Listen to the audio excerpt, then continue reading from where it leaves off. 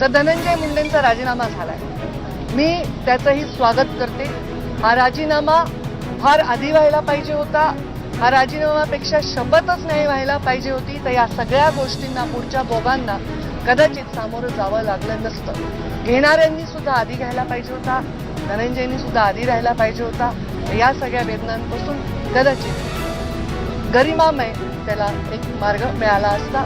त्यांनी सांगितलं असेल, मला माहित नाही त्यांचं स्टेटमेंट काय आहे. मी त्याच्यापेक्षा लहान बहीण आहे आणि बहीण असली तरी आम्ही वेगळ्या पक्षात काम केलं होतं. पण कोणत्याही आईला, बहिणीला, परिवाराला वाटत नाही आपल्या परिवाराच्या सदस्याला या दुःखातून जावं लागेल. पण जेव्हा आपण खुर्चीवर बसून विचार करू शकतो तेव्हा आपण राज्याच्या प्रत्येकाचा सारखा विचार केला पाहिजे. त्या पोराच्या परिवाराच्या, त्याच्या जीवाच्या वेदनांपुढे हे काहीही मोठा निर्णय नाही आहे. त्यांनी तो घेतलाय, ते योग्यच केलेला आहे. मला वाटतं देर आहे दुरुस्त आहे.